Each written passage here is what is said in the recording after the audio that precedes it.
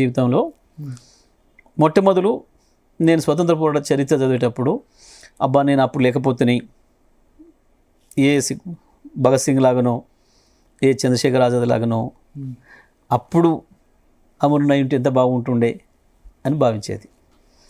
ఏదైనా చేయాలి ఈ ప్రపంచం కొరకు మన భూమి మీదకి వచ్చినందుకు అని చెప్పి నేను పీడిత ప్రజల విముక్తి కొరకు పనిచేయాలి, ప్రాణం పోయినా ఏం లేదని చెప్పి దాంట్లో వెళ్ళిపోయిన వాడిని, జీవితాన్ని త్యాగం చేసేసి పోదామని.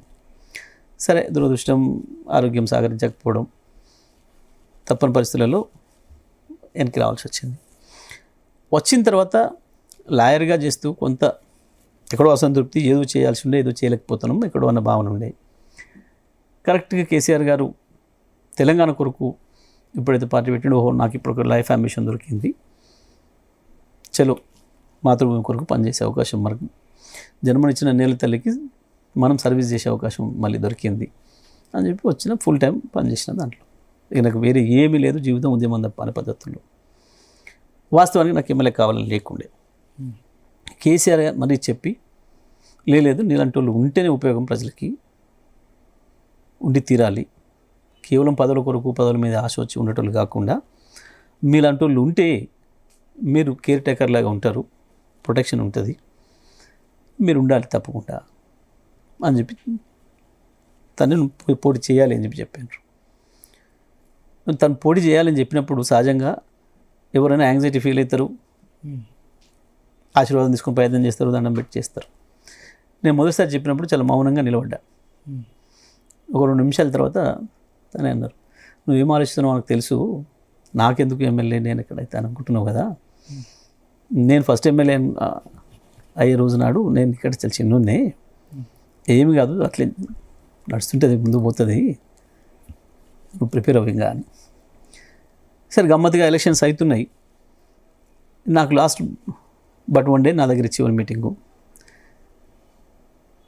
లేట్ అయింది మిర్యాల గురించి రావడానికి. 14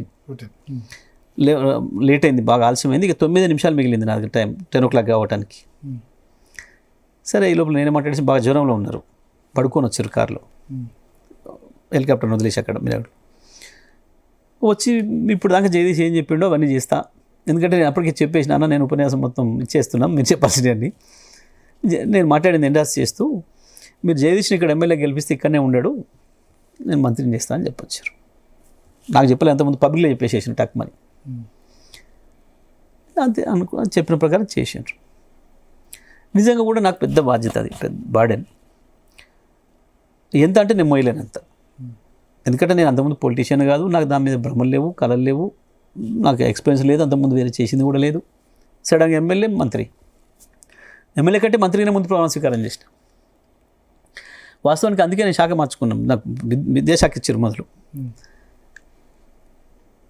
ముందు హోమ్ మినిస్టర్ చేస్తావా అన్నాడు, అంటే అమ్మో నేను చేయను, దెబ్బలు కొట్టే పని నాకెందుకు, అన్నం పెట్టే పని ఉంటే చెప్పరు కానీ అన్న నేను నవ్వుకుంటా. అన్నాక సర్లే ప్రస్తుతం అయితే విద్యాశాఖ ఉండని, అది డైనమిక్ శాఖ, ప్రతిరోజు సంతకాలు పెట్టాలి, అది నా దగ్గర ఉంటే ఇబ్బంది అవుతుంది, సరే కొన్ని రోజులు నువ్వు పెట్టుకో మళ్ళీ తర్వాత తీసుకుందాం. ఒక 2 నెలల్లో నాకు అర్థమైపోయింది ఎంత ప్రెషర్ ఉండేదంటే, వేలాది మందితో డీల్ చేయాలి, 100 ఇన్స్టిట్యూషన్స్, దేనికి దానికి ఇండిపెండెంట్గా. నాకు వేలాది మంది విజిటర్సు, ఎందుకంటే రాష్ట్రం అంతటా అన్ని జిల్లాల్లో పనిచేసి వచ్చినా కాబట్టి మొదటిసారిగా వాళ్ళకి ఆత్మీయుడు అనుకున్న దగ్గరున్ని మంత్రిని అయ్యేసరికి పాపం వాళ్ళకి కూడా చూడాలని తాపత్రయం, ఎక్స్పెక్టేషన్స్.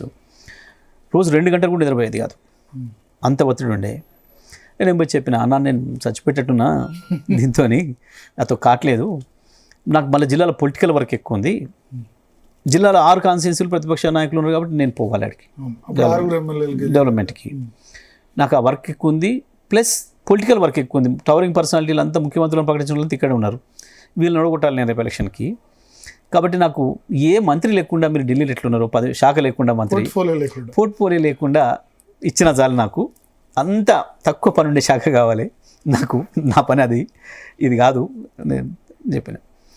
ఓకే కొద్ది రోజులాగు ఎక్స్పాన్షన్ అప్పుడు ఏదైనా ఆలోచిద్దాంలే అన్నారు.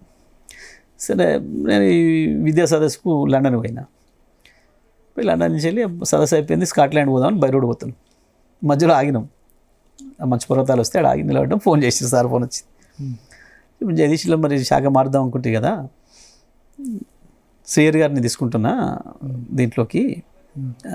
శ్రీహరి గారి గతంలో చేసిండ్రు విదేశాక, మరి వారికి ఇచ్చేద్దామా మరి అని. నువ్వు మంచి పనిలేది కావాలన్నావు కదా, ఎలక్ట్రిసిటీ మ్యాక్సిమం చేసిన నేను, పని తక్కువ ఉంటుంది, ఫైల్స్ రావు నీ దగ్గరికి, పని తక్కువ ఉంటుంది, మంచిగా ఉంటుంది, ఇక కరెంట్ ఇచ్చేది కదా, నీకు సరిపోతుంది మంచిగానే, మరి అది తీసుకుంటాం అన్నాడు. సంతోషం, నాకు ఇంకంతకన్నా ఏం కావాలి, కరెంట్ ఇచ్చేది అయితే 24 గంటల కరెంట్ ఇచ్చే పని ఉంది కదా, నాకు కూడా సంతోషం, రైతుల కొరకు చేయాల్సింది, మార్చేసేయండి అని చెప్పిన. అట్లా వచ్చిన నేను. కాబట్టి నాకు ఇంకేందో చేయాలి, ఒక విదేశాంగ మంత్రి చేయడం అంటేనే నాకు కష్టమైంది, నాకు ఇంకా ఎందుకంటే ఎందుకు పెద్దగా కావాలి అన్న ఈ భ్రమలేం లేవు నాకు. నేను అనుకున్న దానికంటే అనుకున్న తక్కువ సమయంలోనే ఎక్కువ చేరుకున్నాను. ఫస్ట్ నాకు ఈ భ్రమలు లేవు, నాకున్నదల్లా తెలంగాణ విముక్తి కొరకు పనిచేయడం అనేది నాకు అన్నిటికీ మించిన సంతృప్తి. నాకు అన్నిటికీ మించిన సంతృప్తి అది నాకు ఫస్ట్ అయిపోయింది. నాకు జీవితంలో ఉన్న ఏం ఒకటే అయిపోయింది అది, ఇక మిగతాది ఏది కాదు. కేసీఆర్ మళ్ళీ ముఖ్యమంత్రి అది ఆటోమేటిక్గా అయిపోతుంది. ఇక కేసీఆర్ ముఖ్యమంత్రి చేయడం అనేది ఆగే పని, అది నేను ఉన్నా లేకున్నా కూడా ఆగదు, అది కూడా చెప్తున్నా నేను. అది పెద్ద ఇష్యూ కాదు, అందరం దాంట్లో చిన్న విషయాలు ఇవి వాస్తవానికి. రేపు మళ్ళీ నేను చాలా కాన్ఫిడెంట్గా చెప్పిన 12 సీట్లతో నేనే వస్తా. నేను ఇవాళ ఒక్కనే ఉన్నా, మళ్ళీ నేను మా 11 మంది మిగతా 11 మందిని ఎంట పెట్టుకొని వస్తా. ఇప్పుడున్న మీ 11 మందిని మళ్ళీ రానివ్వను అని చెప్పిన. నేను ఎందుకు చెప్పిన ఈ మాట అంటే, మీరు నా గత వీడియోలు తీస్తే 2014 నుంచి 18 వరకు వీడియోలు మీరు తీస్తే నేను చాలా కాన్ఫిడెంట్గా చెప్పొచ్చిన. జానారెడ్డి గారి కాన్స్టిట్యున్సీకి పోయి, జానారెడ్డి గారు ఇగో ఈ రాజవరం నీళ్ళు ఇవాళ మేము ఏదైతే ఇచ్చినామో మొట్టమొదటి మేజర్కి, మీరు ఇంతకాలం నేనేం మాట్లాడినా నేను గాయన సమాధానం చెప్తాను అని చెప్పి మీరు నన్ను లెక్క పెట్టడం లేదు.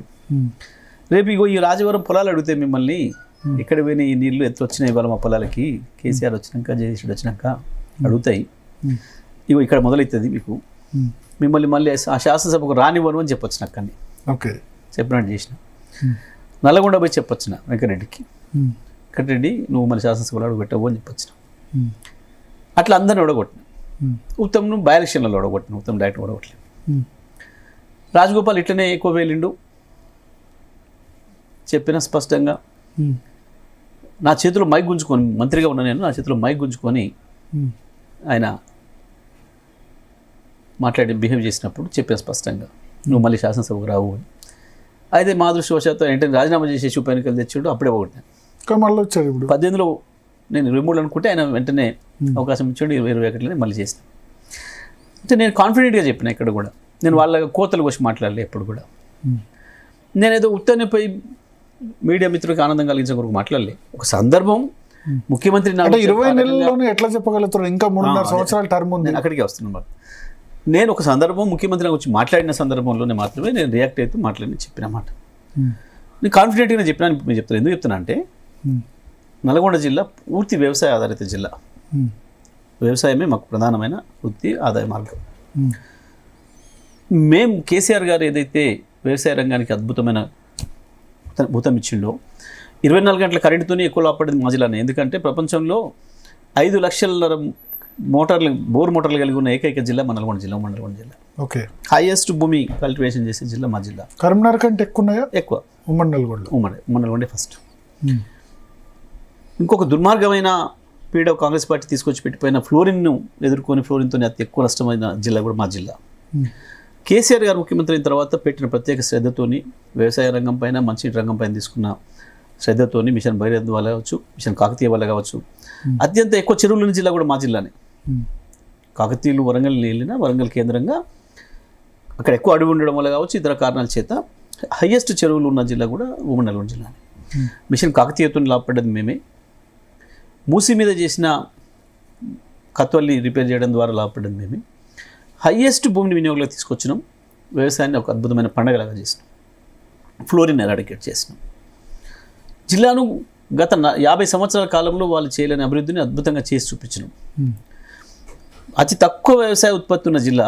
2014లో కేవలం 3 లక్షల మెట్రిక్ టన్నుల ధాన్యాన్ని ఇచ్చిన జిల్లా 2020కి వచ్చేటప్పటికి 40 లక్షల మెట్రిక్ టన్నుల ధాన్యాన్ని భారతదేశానికి అందించే అన్నపూర్ణగా మార్చింది. ఇంత చేసిన ఒక జగదీష్ రెడ్డి తప్ప ఎందుకు గెలవలేదు చెప్తున్నాను, అక్కడికి వస్తున్నాను.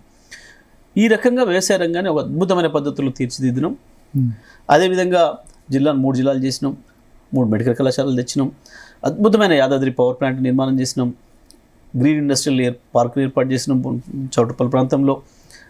ఇవన్నీ కూడా చేసినాం. వ్యవసాయాన్ని పండుగలాగా చేసినాం. ఎడ్యుకేషన్లో విద్యా సంస్థలు అద్భుతంగా 100 పైగా గురుకుల పాఠశాలను పెట్టి అవి చేసినాం. అయితే మొన్న జరిగిన ఎలక్షన్లో కాంగ్రెస్ పార్టీ ఏదైతే బూటకపు మాటలు చెప్పిందో, బూటకపు హామీలు ఇచ్చిందో, పర్టికులర్గా వ్యవసాయ రంగం పైన వాళ్ళొక పథకం ప్రకారమే కేసీఆర్కి బేస్ రైతులే అని, అందుకే ఈ రైతుల నుంచి కేసీఆర్ని విడదీయాలని చెప్పి చేసిన కుట్రలో భాగంగా వాళ్ళు ఇచ్చిన హామీలు ఏదైతే ఉందో 2 లక్షల రుణమాఫీ కావచ్చు, 15,000 రైతు భరోసా కావచ్చు, ఈ కార్యక్రమాలు ఇవన్నీ కూడా వాళ్ళు అట్రాక్ట్ చేసినాయి ప్రధానంగా రైతాంగాన్ని. నిజమే కేసీఆర్ 10 ఇచ్చిండు కదా, ఇంకొక 5 వస్తాయేమోలే అదనంగా అన్న భావనతో పాపం రైతాంగం అటు మొగ్గారు. 10,000 ఇచ్చేది 15 ఇస్తారేమో వీళ్ళు,